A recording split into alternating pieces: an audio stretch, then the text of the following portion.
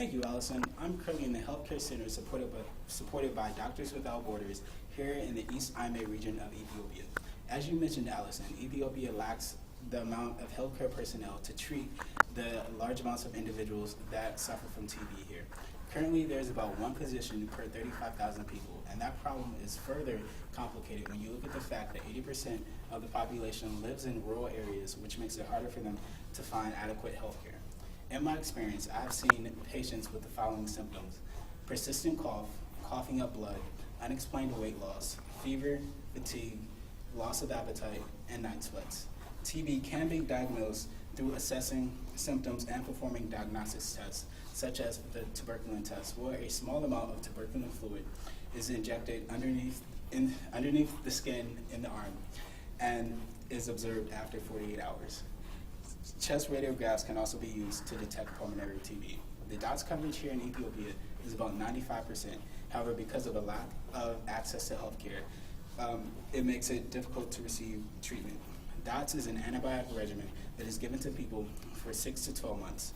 DOTS can signify the completion of treatment. However, if not taken correctly, individuals can develop multi-drug resistant TB. DOTS is the most cost-effective way to treat TB here in sub-Saharan Africa.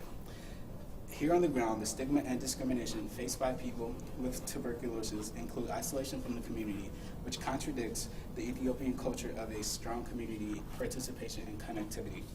The stigma here can even continue after treatment is complete. Doctors Without Borders has been in Ethiopia since 2004. There has been much success in treating and helping individuals cope with TB. One example was in the Sheri region in 2006, where doctors set up a TB village where individuals could receive treatment as well as be a part of a community so they would feel less isolated.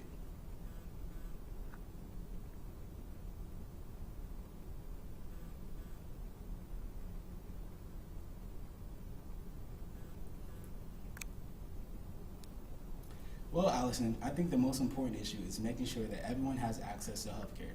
Doctors Without Borders has handed over its tuberculosis division in many areas to the Ministry of Health to help consolidate for accountability and cost. The stigma issue, however, is more complicated because it is a psychological as well as social issue. It will take time for individuals to see that those suffering from TB are no different from you and me. This is Dr. Jones reporting from Ethiopia. Thanks for having me, Allison.